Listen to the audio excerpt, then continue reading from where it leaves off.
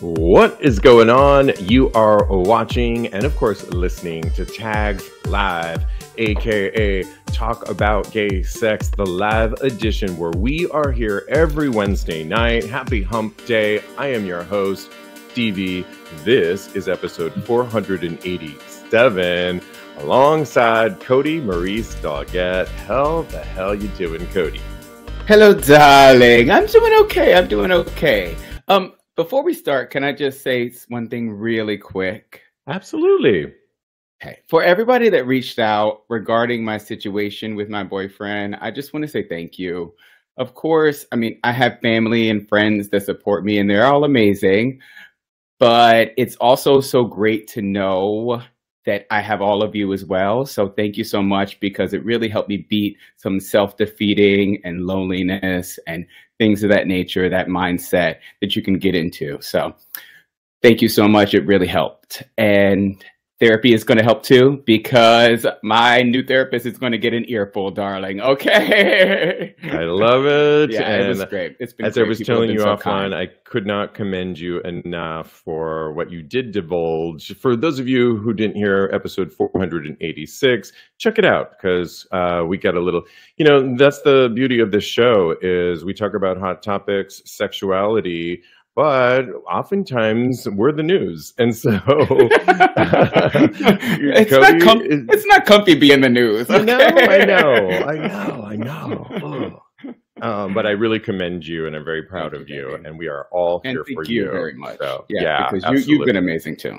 Well, and we'll continue to be there for you. So, we are super excited about this episode. There is so much to talk about on this show. A little bit later, we are welcoming our very special guest, Magnus Riise, to the show. He has a brand new EP out that I downloaded today. Until tomorrow, we're going to get into all of that, plus his sexy video for the title track, and so much more. Stay tuned for that. You don't want to miss it. He's super cute, too. We were talking about that. I know. Adorable. I was like, let me go put on a little bit more concealer underneath my eyes. Right? Exactly. We also have a major announcement to make that we're super excited to make. And I think we're going to give some advice to one viewer today. So let's get into it, because we have a lot to talk about. And starting with Kevin Spacey, who was in court for the last several weeks. He has been cleared of all sexual assault charges. And if you recall, he had a case in New York that he was also had all that removed as well. Kevin Spacey has been cleared of all charges after a 4-week trial in London. He's 64. He had tears in his eyes today as the jury at Southwark Crown Court found him not guilty of 7 counts of sexual assault and 2 counts of other serious sexual offenses. And, the allegations covered a period between 2004 and 2013, when Spacey had served as artistic director at the Old Vic Theatre in the Britain capital. So he pleaded not guilty to all of the charges. He did thank the jury. Interesting, weird thing about thanking the jury, Kodi, is he was seen talking to the jury after the case, after he was acquitted. And it's so weird, because that would never happen in America, where you would just talk to them. A couple other facts that I thought were interesting about that. Elton John, in this court case, you could say he defended Kevin Spacey. He essentially vouched for Kevin Spacey, because Elton John does a huge gala every year. And one of the accusers said that Kevin Spacey had molested him at one of these parties. Well, the year that they gave, according to Elton John, didn't coincide. Elton John went on record saying, Kevin Spacey's only been to one of our galas, and it was back in 2011 or 2001, excuse me. Okay. And that did not coincide with the date that the accuser was saying. So there is that. The other interesting thing that Kevin Spacey's lawyer said, which I found interesting, we were talking about it in our meeting, was Kevin Spacey's lawyer said Kevin Spacey has led a promiscuous lifestyle and has led many of his accusers to come out and essentially come after his money. That is so interesting to hear his lawyer saying. The lawyer said that? I know. I mean, I feel like, Nelly Furtado, when she came out with Promiscuous, I was all about it because I feel like I didn't know it was about Kevin Spacey, right? I didn't know it was about Kevin Spacey. But that word still has connotations that are, maybe it's my Catholic background and upbringing that are still like, promiscuous. And so, but I guess, hey, if it got him off, what's your thoughts on this? And do you think that Hollywood will re-embrace Kevin Spacey back into the mix, or is he no longer canceled? Well, I don't see why they wouldn't have him back. I don't know what his career is going to look like when he actually does reemerge into Hollywood, but he has been cleared of all charges, so I don't see why he would not. Probably because of the reasonable doubt thing. Like you said, there was reasonable doubt, and basically it was one person's word against the other person's word. So they have to clear them at that point. And so I'm not going to see anything that he's in. So it's neither here nor there for me. But the thing that got me was the promiscuous lifestyle, because that is clearly code for gay. And you know what? Damn it. Straight people are just as promiscuous. They hoes too, because I know a lot of straight people and they do some very promiscuous things, and they don't get called promiscuous like we get called promiscuous. I feel like straight men don't. We were at your birthday party over the weekend, and we met up with this straight guy, and my friend and I were talking to him, and he was on a mission to meet he was from Australia, and he was on a mission to meet as many women as he could that night, which, hey, I'm kind of on that mission when I go out, not women, but men.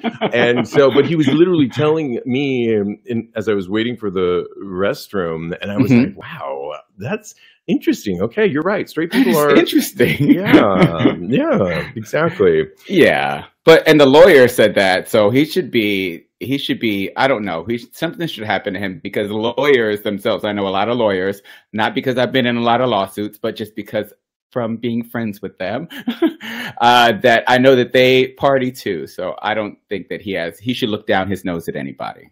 We are live, and Teddy, who co-hosts with us often, hi Teddy, says Teddy. Being promiscuous and an abuser are two very different things.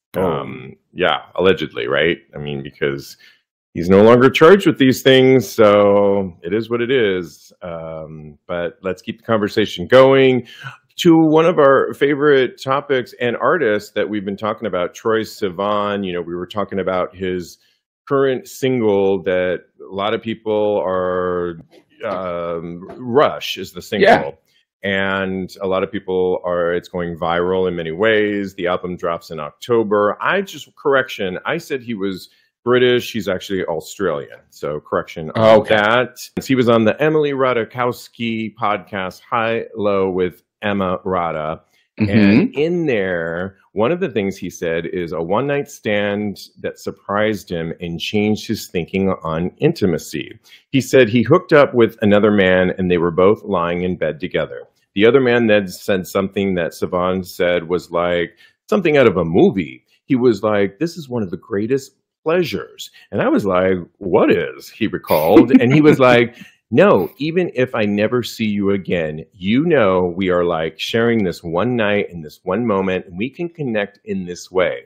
The sleepover is my favorite part of hooking up with someone. And according to Sivan, he said that it changed his mind about that. And it actually had some influence on his current upcoming album, in that we all have these experiences, essentially what we're saying. And I think we're going to talk to our Magnus in a little bit about similar topics about his project. Yeah. But I love the idea that we're talking about our sexuality, our gay sexuality. I love that artists are talking about it in their music that we haven't seen in past. I mean, I think we covered it up in so many ways. And I think that the experience that I have often with a one night stand is often a connection that you really cherish in that one moment in time. Sometimes it leads to more. Sometimes it doesn't. But it really is a moment in time that can be very special that the two of you enjoy. And it's kind of speaks to our community. What did you think when he said that comment? Oh, yeah, I definitely agree with you on this. It reminds me of that movie Weekend, which was beautiful. It was such a, I wept. I went through all the emotions. I had a boyfriend. It was so, I had a boyfriend for about an hour back then, back in the day. And this statement and just reminiscing about how that movie made me feel kind of recontextualize how the many hookups and sleepovers and one night stands that I have had, how they are sitting in my memory, because we as people, no matter how brief the moment that you spend with somebody, then we are always going to be a part of that person's tapestry, and they're a part of ours as well. So I just thought it was lovely. Thank you, Troy. Thank you, Troy. And, you know, I've said this before, but in recent years, I've set an intention, a daily intention, thanking the creator for the day. But one of the other intentions I set every day, pretty much every day, is to be in the moment and to enjoy the moments. Because just like this moment or with a hot guy, I want to enjoy those moments. And I think we often write off things like a one night stand, like forgettable, you know, although sometimes I do forget some of mine, but they remind me when you were with and there was with somebody and I was like, I can't remember who that is. And you're I'm like, I said something, but yeah. So yes, Weekend, check it out. We need to do a movie night, Kodi, and watch it again. I have the DVD. Yes. Let's do it. Let's do it. Yeah. I love that movie. Troy also said something in the same interview about his position. This is interesting because he said he wanted everybody to know he's not a bottom. And I think it was because he came out with a single a while back called, what was the single called that people reference? Blossom? Bloom? No. Bloom. There we go.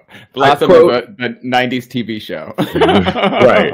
So I wrote this song called Bloom, right? And it's about bottoming. And the lyric is, I bloom just for you. And people took that and ran with it. I think in the sort of consciousness of gay people, he's saying, I'm some crazy power bottom or something, which is just not the case. And I just want to put it out there. When she asked a little bit more clearly, he says, no, I think sometimes people are just surprised if they go on a date with me or something like that. And I'm like, oh, by the way, I'm not a bottom. So do you think he needed to I think it's fun conversation to have on a podcast like this and to put that out there. I could see where people would think that maybe they would even put him in a box because I'm sure people would, all of us in boxes, because you look a certain way. Yeah. So in some ways, I commend him for correcting what people may think just by reading a book by its cover.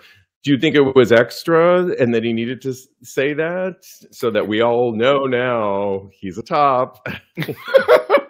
I think that when he comes to my house, I will turn him into a bottom. Okay. How about a power bottom? Oh yeah, he will be climbing the walls if he ever came to my house. But yeah, I don't know. It was just a small clip that I watched, and I think that I'm going to give him the benefit of doubt as far as that he's not bottom shaming, because bottoming is beautiful. We need bottoms. Bottoms are so wonderful and it's so pleasurable. And I think that he should probably get into it. And judging from the guys in that Rush video, I think that if that is his taste, then those guys, I don't know if they're bottoming all the time. Well, you know what? I retract that statement, because you never know, right? Like you said, you don't judge a book by your cover, and you never know with those guys. So yeah. We have a major announcement to make that we are very excited about. We have been invited to attend an upcoming Vacaya 2023 Mexico resort vacation that coincides with Halloween, and I'm talking October 29th through November 5th. It's in Nayarit, Mexico.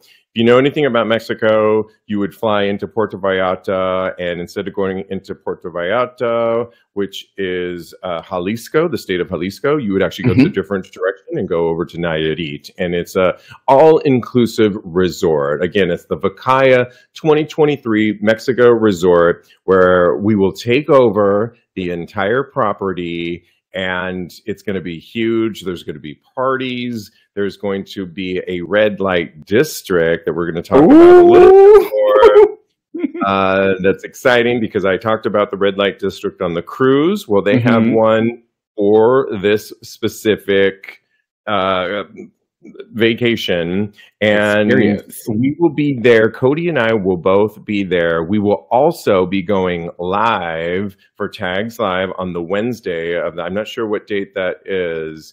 I can look it up really quickly. Find that out. We will be doing a live broadcast, Tags Live, there on property. And the best part of it, we'll have an audience and we'll pull people up. So if you want to be a part of this, you can actually get up to $200 off. It's so brilliant.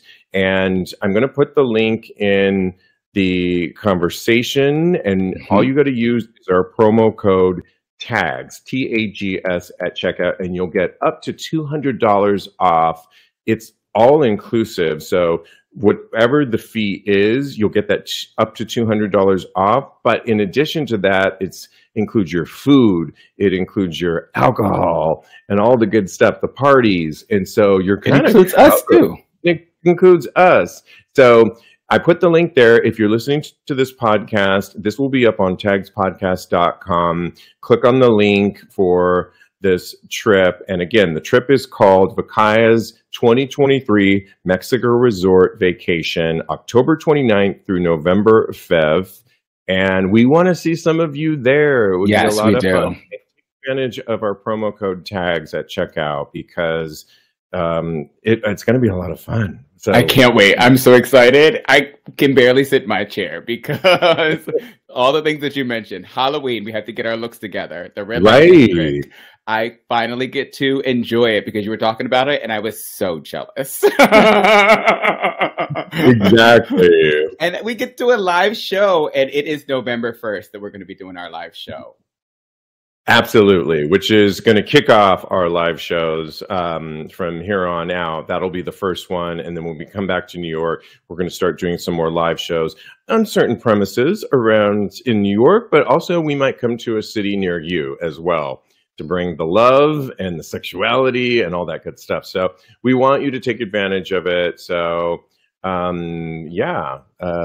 take advantage of that. We'll talk more about what you can expect. We have another announcement on next Tuesday's show on how you could even win your own free trip as well. We're giving away one free trip, but that will come out on Tuesday. So stay tuned for that. But you know what? I think it's time to bring up our very special guest. We're talking about Magnus Riise, and I think I should invite him. I just did. Okay, good. Thank you. Our special guest to the show, Magnus Riise. And while he's coming up, Magnus Riise grew up in Norway, where he booked his first professional acting job there. Well, he has a brand new EP out that we are all excited about. I just downloaded it today. I think you did too. Until Tomorrow. Yeah. Talks a lot about some great subjects on there. And so here he is. Magnus, welcome. Hey guys, thank you for having me on. Absolutely. Absolutely. Pleasure. Well, first off, congratulations on the new EP, Until Tomorrow. I just downloaded it. I listened to the whole thing today. I know Kodi did as well. I did. We're going to talk about a lot of the singles and the inspiration for all of this. But I think the first thing I want to ask you, you explore difficult subjects on this, close to your heart, like mental health, sexuality, loss, and self-acceptance. Can you just talk about, before we get into the Until Tomorrow video, Yes. What was more about that inspiration? Yeah, I think that if I had made an album maybe 5-6 years ago, it would have been a sort of middle of the line. Try to not be too much of this or too much of that. But especially, I mean, I worked on this project for a long time, but in the pandemic, I really decided I was like, I'm going to do this, and I just think I'm at a point where, as long as I believe in what I do, I don't really care if people hate it. And so it's just like, it's going to be unapologetic in every way. And I think, especially when it comes to mental health, I've always advocated for other people's mental health, but then you realize you're much better at advocating for other people's than your own. So I think there's especially one song on there that is incredibly honest. And tell us a little bit about your background, because I hear so many different influences in your music and in your voice. Your voice is so expressive. So can you just tell us a little bit about what influences you and your background? Sure. Yeah, so I mean, you mentioned I grew up in Norway, which is true. I studied musical theater, so I was in that world for a long time. I studied that in London before I moved to New York, and it was kind of I kind of went through a process with I'd always been very interested in pop music. Elton John's been a big love as I was young. I mean, you talked about Troye Sivan earlier. I love Troye Sivan. Charlie Puth. There are many people in that sort of contemporary pop world that I love. But I think also for me was that what the acting world kind of did a little bit is that you're so trained to be a blank canvas for other people to kind of put something on you.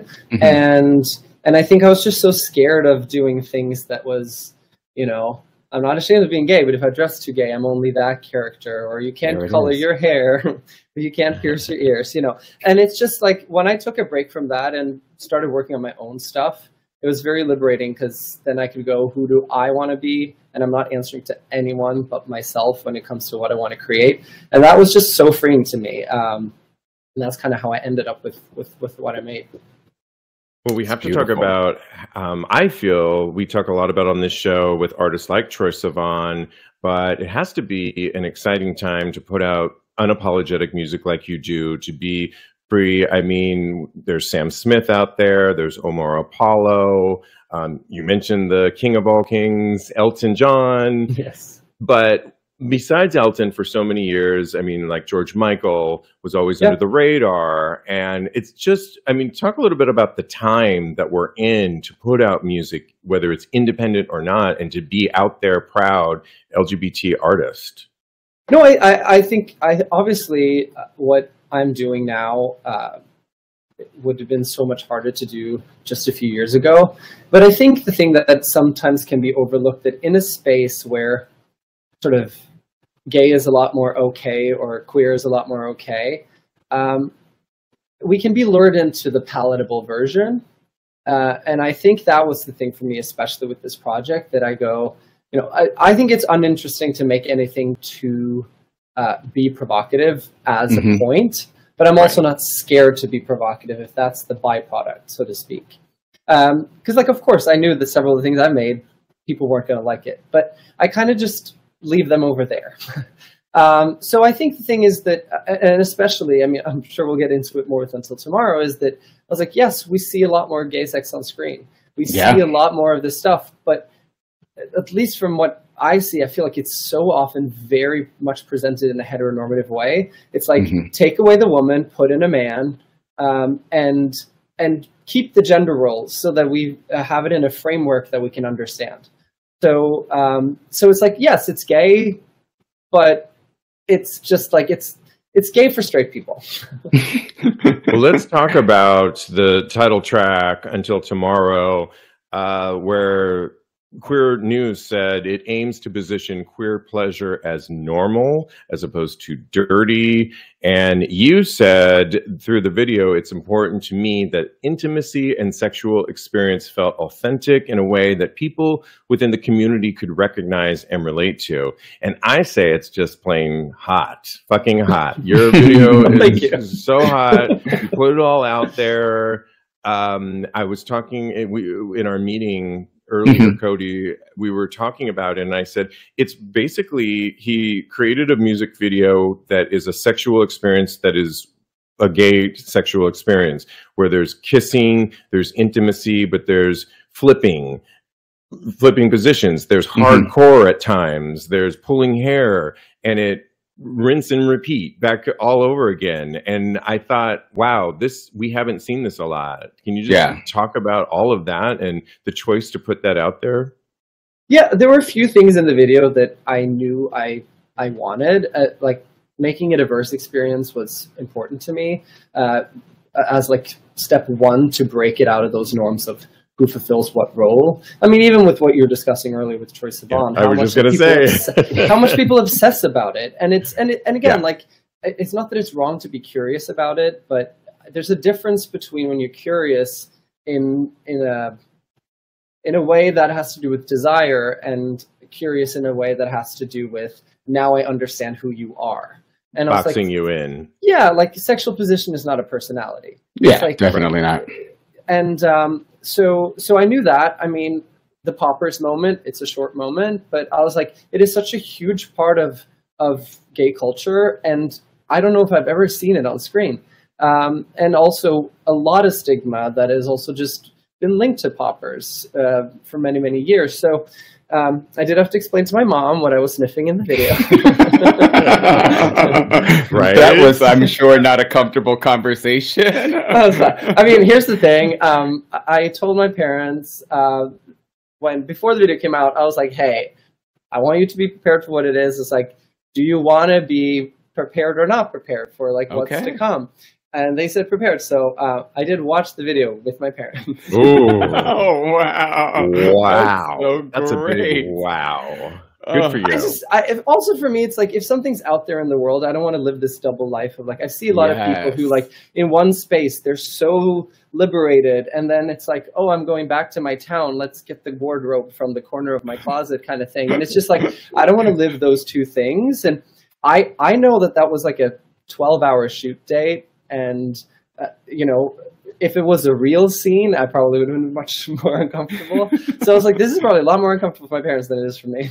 That's right. It's so funny. That's so relatable that you talk about your back home clothes, because you have that one shirt that you that you would put on in order to go back to your hometown. So I want to talk a little bit about why it was so important to you to include the message about HIV and things of that nature in this video to you, because I thought it was just beautiful. And I really thought that the video was sensual and just extremely well done. So thank you so much.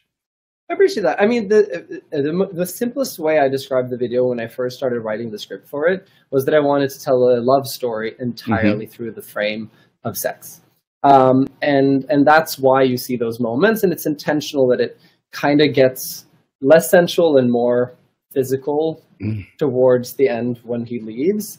You know, I think for me, it's that, I mean, I guess it's ambiguous whether or not condoms are used in the video, but it's certainly not shown. And I just think it's interesting. We've come a long way, of course, when it comes to HIV, when it comes to research, when it comes to stigma, but there's still this, you know, I think it's ironic because the safest sex you can have is with someone who's undetectable, because they know, and you know, they're on top of their health. But still, there is this thing of like, you know, even on Grindr, there's a, you know, HIV status, like these things. There are so many, and again, like knowing your status is important, of course, but it is, there's still so much stigma around it. So when I went, this is my most sexual video that I have, I think that's a powerful place to put someone who's so, you know, Hernando is great. I've known him for several years, and I asked him to be in the video. He was fantastic. And he's been so open about his status for such a long time. You're talking about Broadway actor Hernando Umana, correct? Yes, correct. Been in Kinky Boots and a whole host of other shows, I imagined. And it was his choice also to want to feature that, correct? Yeah, I mean, it was in a conversation with him where it's like, when I asked him, I mean, I had that in mind. I also didn't think that it was something that I was going to necessarily like, you know, it's like his status is not mine to exploit or anything like that. And he was the one who brought it up and said, you know, I actually think this is really powerful and we should, you know, so that was put into, put out there after he suggested it. Yeah, and it's not overt, or it was not overt, or it's not like you're trying to exploit him at all. So I think it's beautiful. Thank you so much. Thank you. And I also think it's important when we talk about representation that it's, people always talk about representation as entirely as a visual thing. And I think the representation goes so much more beyond that. And representation goes beyond what you can catch in the screen grab on the screen. And in my other video, From the Ground Up, that was also a thing. You know, there's two of the people in the video, you know, they have OnlyFans and do porn. And that was something that I thought, you know, I'm very pro sex work. And I was like, one of the best ways to show you're pro is to not be scared to associate yourself with it. But again, like, you're not going to see that, and unless you know those people, know that. But to me, because like representation is not about getting a medal, it's about actually authentically representing a community, and that's what sort of motivates me. So whether that had ever been a public thing or not with Hernando, that was something that I personally was like, just for me knowing it, it makes a difference. Well, before we end the conversation on Until Tomorrow and the hot video that everybody needs to watch, and you will post the video on TAGSPodcast.com for episode 487, but I had a question because in the entire video, you are with the actor that we were just mentioning, Hernando. Yes. And I rewatched the video today, and at the very end, after you spent this whole hot time with him, you're in bed with somebody else that is not Hernando. Can you just talk about what happened? What's going on? What's the story, girl? I mean, it's kind of funny, like, because with what you were talking about, what Troye Sivan said earlier, it's very much that. I think that what goes through the whole EP is this idea of the words we don't feel the permission to say in a certain moment. And you know, in the video, the reason why I often turn and reference the camera is because I tell the camera what I'm unable to tell him. So, of course, the video opens with him leaving. So, in a way, the whole time, you know he's not going to stay. Because I'm asking him to stay while you already have seen that he's left. But the idea at the end is that, you know, someone did stay. Whether that is the person that you wanted to stay, whether you found something beautiful. I mean, it's ambiguous. It's up to, I like that. But it's up to interpretation. 100%. And it also alludes to the way a lot of, you know, gay dating works. It is very, you know, centered around that. And I think that this idea of staying the night very much has, you know, a level of romanticism to it that maybe in other communities people wouldn't get as much. Yeah. Well, there's a song on the new EP that really resonated with me, and it's called For You. And it has some lyrics in there. I will keep fighting for you. I will keep living for you. I have to survive for you. And maybe one day for me too. Maybe one day I'll calm this storm inside. I'm assuming my head. And so was that... that song was very powerful to me. I almost stopped I was cooking up my meal and it stopped in my tracks because it really resonated with me. It seemed like this could be talking about mental health and maybe your struggles, or can you just talk a little bit about that? Yeah, I mean, I think it's, you know, there's nothing to hide that it's a song about being suicidal and struggling to, you know, make the choice to, you know, stick around. And that was the song that I was kind of referencing earlier, that I knew that even before it was written, that like some version of this has to be on there. I can't honestly call it my very honest EP if this song isn't on there. So, you know, it's, I found that at a time when I struggled the most and I couldn't see that, like, tomorrow makes sense for me, there were people in my life that showed that they cared enough that, you know, temporarily you could say, well, listen, I'm not going to do this for me. I'm doing this for you. And I think it's powerful in several ways. It has elements of, you know, the campaign from years ago. It gets better and that. But I also think it's hopefully can resonate with friends of people who are struggling, where that you can know that when someone's struggling the most, that you literally can be the person that gets them through one more day. Yeah, I like that. So touching. Oh wow, I'm sitting over here. I'm tearing up a little bit. I should also say the music video for that one comes out tomorrow. Yay! Oh, you're kidding. So Oh, great. good. We're live, by the heard it way. here. And just to read a Exactly. couple things that people are saying. Woohoo, I love Magnus. Yes, great album. Yes, great album, I should say. Congrats, Norway. Shout out to Norway. And at least your mom did not find a bottle of poppers right next to a block of cheese in your fridge. Oh, Very right. specific to the cheese. Why? That's great. I love it. All right, boo. So I would like to talk a little bit more about the album itself. It's so beautiful, and I saw that you wrote and produced a lot of the tracks on there.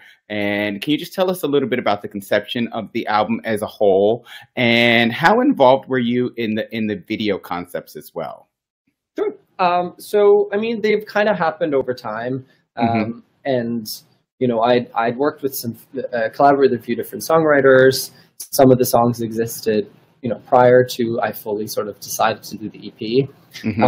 And, you know, the reason why I titled it Until Tomorrow is that I feel like the sort of common theme through all of the songs is this idea of getting through another day, whether that is getting through another day with this person staying over, whether it's your own mental health getting through another day, whether it's, you know, love me from the ground up, you know, like love all of me for another day. Yeah. So it's this sort of just like taking one step to the next day is sort of a theme that runs through it. And I think a theme that is especially younger times in my life really, really was a heavy theme in my life. So I really tried to sort of get songs together that I felt like as a debut EP of me as an artist, I felt described who I am. I also feel like we live in such a visual world. Obviously, like even on a podcast, there's a visual element. And we all look fabulous. Exactly. If you're listening, make sure you go on YouTube later. But no, so I think that it's very hard to unless you can get on big playlists, it's very hard to discover new music. So I was like, if you're going to be, you know, written about in articles, or people have an element of going viral, or people talking about it, there has to be visual elements. So I kind of just decided, I was like, I'm going to do a fully visual EP. I wrote all the videos in the pandemic. Wow. I did shot lists. I did, you know, I wrote out scripts, visual references, all of this stuff. It was because of the pandemic, I could really dig in to the detail of that work. That was the time. And then when we got out of the pandemic, I sort of started hitting the ground running to you know, produce these videos.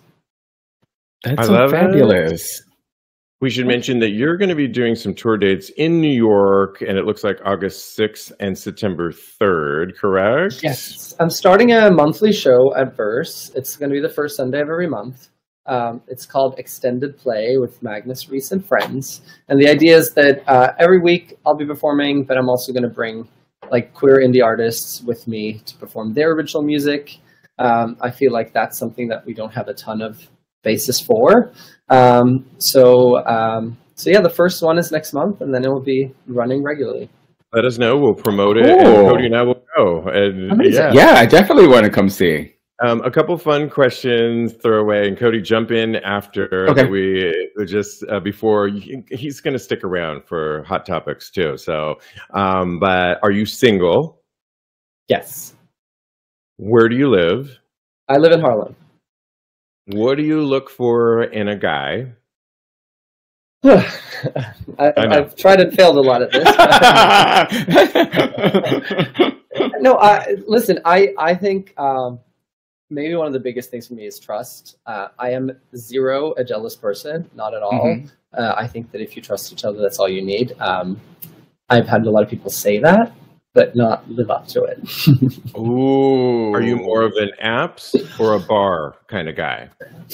I will say that I have a weird thing where I really struggle to go up to someone in a bar if I think they're cute, but I've never been nervous on a first date ever in my life, because I was like, they agreed to the date. So, you know, if I put on a show, I'm gonna have to put on a show for the rest of my life if this goes well. So you're like, I'm gonna be myself, right? I'm so comfortable being myself on a first date, but if I see someone who's cute in the bar, I'm like hiding in the other corner, despite what I've released on YouTube. Your perfect first date. Perfect first date. I think like as much as I love going to a bar and all that, I love being out in nature and somewhere where it's like really easy to talk. Yeah. So, you know, like once I had a first date like at Fort Tryon Park watching the sunset with like a backpack with, you know, wine bottles and, you know, I was like, that to me is like super cute. Perfect. Yeah. What's your sign? Scorpio. Okay. Yeah, that's Kodi, the okay I always get. That's two more, Kodi. I don't. What's your favorite type of music to listen to? Ooh, I will say that I'm gonna throw this in there. Are you familiar with the competition Eurovision? Yes. Okay, so I'm a big fan of Eurovision. I went this year and last year, and it's just the most amazing place to be. It's like easy to think of it as just a filmed, like, oh, I'm going to be where they filmed the TV show, but it's truly just like a festival of like the gayest music festival you've ever seen. So if anyone's ever considered going, next year's in Sweden. Okay. And and the last question, do you have a favorite Broadway show that's out there? Oh my God, I was going to ask that too. Oh my. Current one or of all time? Let's do both. Current one. Yes. Okay, let me see. Current one. Oh, I really liked Kimberly Akimbo. That was great. Okay, good. Yeah. And the ending took me by surprise. I will say, one of the first Broadway shows I saw visiting here, Next to Normal. I knew nothing about it going in, and it mental health, right? Well, yeah.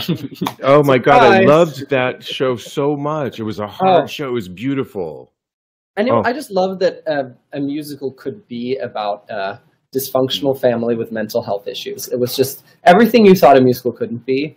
And I think it's the only time I've sat in a Broadway house and the intermission happens and everyone just needed like 5 seconds. Like people weren't, they didn't like run up to go to the bathroom immediately. They just sat there, looked at the stage, took a breath, and it was like, right, we're at intermission now. And I was like, oh, that's how you know you made an impact.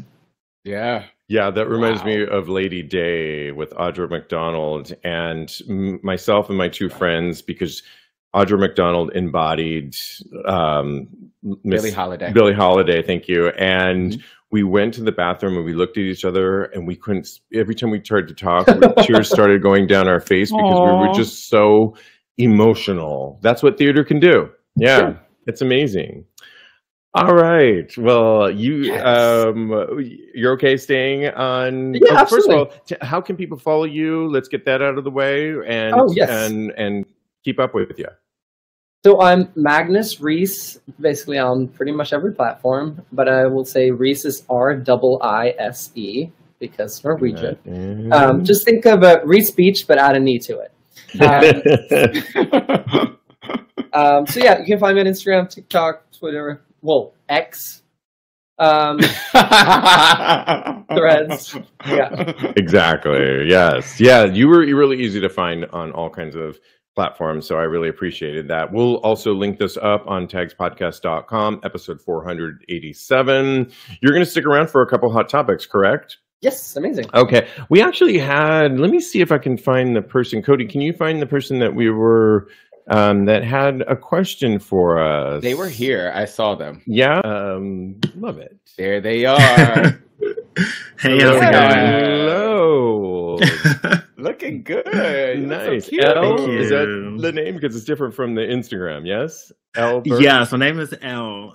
Prince Kuzco, that's my alter ego. Okay, we all have that. You had a question for us, and what is it? And Magnus is. Do you have a question for Magnus, by the way? Oh my gosh. I did not, but I love the music video. Love it.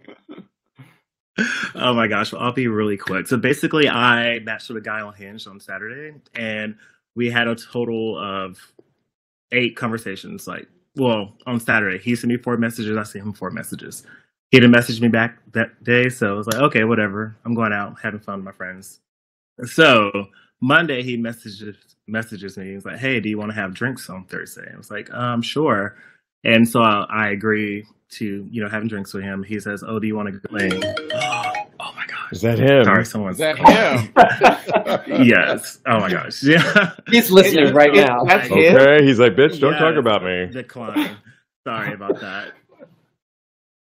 Drinks with him, and he says, "Is 8:30 fine?" I say, "Sure."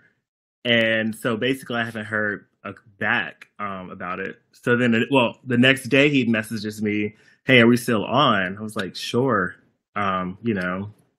That's fine. And I even try to throw in small talk, and he doesn't respond back. And it's just, he's 12 years older than me. I'm 29 and he's 41.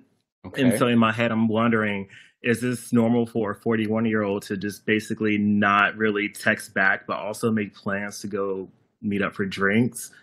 Do they just not want to talk that much until the day of, or is he just that busy to where he just can't say, "Oh, how's your day going?" Let me just ask you a quick question. Has he confirmed, when is this, for this week or was this for last week? It's for this week. So so we're supposed to meet tomorrow. Okay. And have you confirmed tomorrow? Did he pick a place? Did you pick a place and a time? He picked a place and a time. And so I agreed to it, and now I'm just waiting for him to confirm that he bought the tickets. But it's just, he rarely texts. So it's been a day. So I'll go first if it's okay. Yeah, go ahead. I think I would give him the benefit of the doubt. The good news is you're meeting him in a public place, yes? Yes. So I say you've invested this amount of time. You're going to be in a public place, so we're talking safety. A lot of people like myself, I'm 10 years older than he is, or a little bit more than that, but I don't love texting too much. And my sister and I always say this: we don't want pen pals. We want to actually meet up. So I would at least give him the benefit of the doubt, go on that date and see how you engage and how does he actually act in person. And then we could talk about it. Then come back on the show and let us know how that went, and how we'll go from there. But Magnus, what do you say? I mean, I don't know. I agree with you a lot. I mean, I think on one side, I'm like, it shouldn't be this hard work early on. But at the same time, I will say that there is that possibility that he just is a terrible texter. And also, it becomes a question of if that's an issue, then maybe it's not worth it. But yeah, there it is. But I was like, if being a terrible texter is not a deal breaker for you, I think it's worth seeing. If he's like that in person, it's like bye, no point. But if that's always going to annoy you, how people text in the beginning, they're certainly not going to get better when they're at the peak of their interests. So but yeah, I still think it's worth trying out meeting up and see if it's different in person. But no, it shouldn't be too hard work this early. All right. So I agree. I agree with Magnus all the way. I think that you should go on the date because you've already put all of this into it. So why not go on a date? Get your meal paid for at least. Okay. And then you need to take stock within yourself of whether or not you're comfortable with this line of communication, because if you're not comfortable with it, then you need to just completely exit off.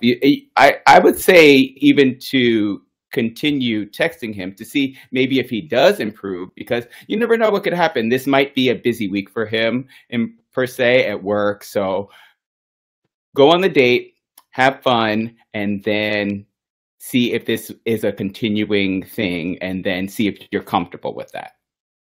But I go back to, why are we making a big deal about this? I mean, well, because I just had this whole issue. This is a real life experience. This is what we bring to the show. A friend that didn't approve that I didn't reach out to him in a timely manner after he got back from this trip with this guy he was seeing. And I was going to do it in my way, in my time. And he didn't like the timing of it all. And I'm like, you're making a drama that doesn't need to be a drama. And in fact, I think I text that today to him, and I still stand by, I think you made a drama out of nothing. like, let's talk about this in person is what I wanted to do. He didn't want to meet in person to talk about that. So it's almost like the friendship is over. It is what it is. But I think go on this first date and see. Later on, you can always dictate, like, I need a little bit more communication if he's not showing that. But you haven't really met him yet. So, Yeah. I mean, I'm kind of excited for you. Yeah. I mean, is this in, what city is this in?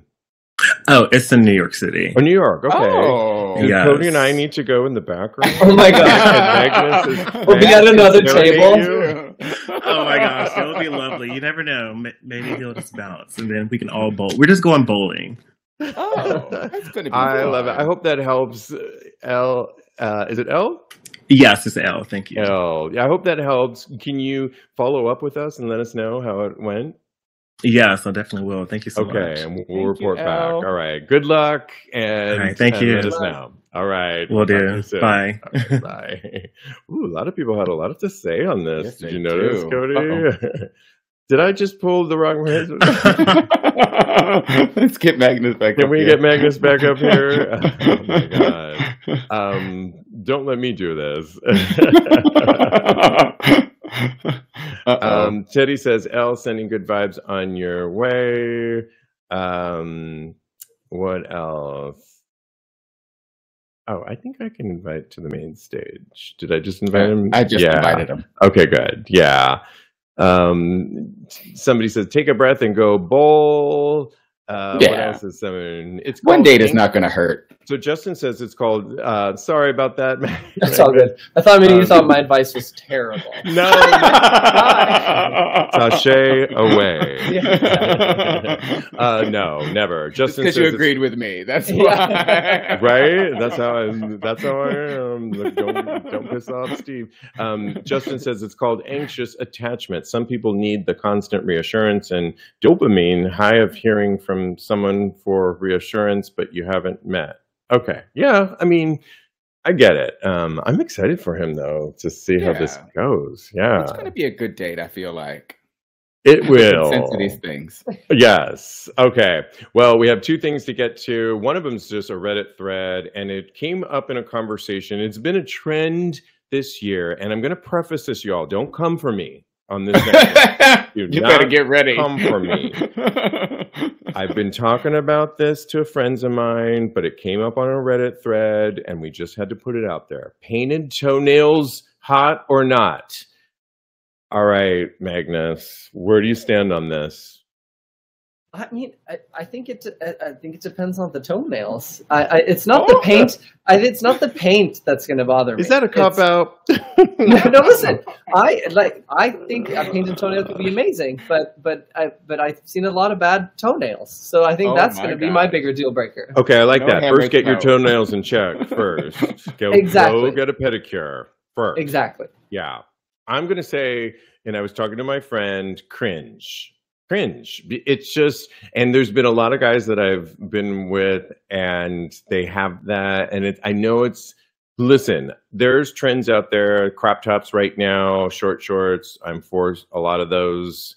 I did that really bad trend that looks good on a lot of people, but I probably should not have done it, where you do that razor thing in your eyebrow. Okay. I felt I succumbed to it, y'all. And I know I know a lot of my friends were like, okay, Steve, we're just gonna go with this current moment. I think it was probably a bad moment on me, but the painted nails are it's cringe to me. And I was talking to one of my best friends, and he was cringe. What are your thoughts, Kodi? Yeah, if you're comfortable with yourself and your sexuality, the paint that you are okay with painting your nails, the toenails, the fingernails, I think that's very sexy. So when you guys see me with my painted toenails and my painted fingernails, you better know that I am here to win. Okay? Are you bringing that to Mexico? I am. I'm bringing that energy to Mexico. Okay. Yeah, fun, interesting, hot topic. I think like Bryce said, if they're painted correct, and I think that's because when there's a trend, there's going to be a bunch of people doing it for the first time, and it's all over, and that's a no-go. Yeah. Do a little bit of practice before you take them out on the beach. Yeah, Justin says, I just think most guys' nails look like shit when they're painted, at least. Yeah, I don't know. Not for me. But hey, let us know what you think. On my fingers. I can't wait. I'm excited. I've definitely considered gels on my fingers, so do it. We can go together. Everybody doing their thing. I'm down. I'm just not attracted to it. It's just not my thing. But hey, do you? All right. Lastly, it's our favorite segment that we love to end the show on, and it's called Thirst Trap, and it's produced by Straight Up Gay Porn, where you can vote, actually, and you should vote. It's asking the question, out of these 17 gay porn stars, who took the best photo? And there was a lot of good choices in the mix. Our job on this show, because this gets repackaged as an audio podcast, is to vividly describe on an audio podcast who got our fancy and why. Should we make the rookie go first? Yes, always. The guest always goes first. This is outrageous. You had more time to look at this. I'm looking at it. I did. Now, so, okay, I can go first if you're not ready yet, Magnus. Just to get a feel for the okay, yeah, for the segment, okay, for the sounds segment. Good. So first of all, Angel Rivera is so hot, but his room is so messy. It's ridiculous. I'm so over you all critiquing people's. I love a messy chaos. It's so chaotic. I cannot enjoy myself in that room. I couldn't do anything with him because his room is. He's beautiful, but his room is so messy. You just determined my favorite. So do you want me to go next, Magnus? No. No, I mean, it's funny. So apparently we're just on the same page, Kodi. Because I will say that I really appreciated bringing in some, I don't know if you're going to call it humor, the 4 donuts. Oh my God, that's what's going to be my favorite. Right, so that was King my favorite. Jack's. But yes, so I did love that. I love that we can bring some humor into the sexiness. But I will say at the same time, this is an even worse scenario of the messy room. This is a no for me. So I was like, I'm torn on it because I appreciated the humor of it all. But then I go, you need to tidy your room. Like, what is going on? You're looking at the screen. You can see the mess. This is horrible. I would be so uncomfortable in that room. So did you have a favorite? My favorite goes to Andy Lee and Sean Austin because I want to do this because I love sex in a car. I just think it's hot. It takes me back to when I was growing up in wherever, East Bumblefuck, Virginia. It was so good. I love Sean Austin. He's sucking this Andy Lee's fat, amazing cock in the backseat of a car. And I just think it's gorgeous. I want to do that soon. That's my favorite. Magnus, was that your favorite one that you said? No, I mean, I will say I appreciated the humor in the donuts. So I think that probably was my favorite. Because it stood out. I love humor too. Yeah, Bryce says, watching us live, says, Stevie, you like messy rooms, but not messy painted nails. And you know what? You're right, Bryce. I actually do. Kodi's been to my place several times. Yes. And it's not messy, right? It's not messy. It is not. However, I don't allow a lot of people to go into my bedroom much. And it's a little chaotic. I do make my bed every day, but my bedroom's a little chaotic, and I kind of live for clothes. Like, I'm pulling stuff all the time. I have racks, and I don't know. I like a little chaos in my bedroom, so I'm not mad at that. And the question is, would you post a photo of it? That is what it is. Okay, I wouldn't, but he has really nice feet, and I'm into feet, so I give him that, and his feet look really nice and like he had a pedicure. So. But not painted nails. So there you go. I'm going with what's his name here? King Jax.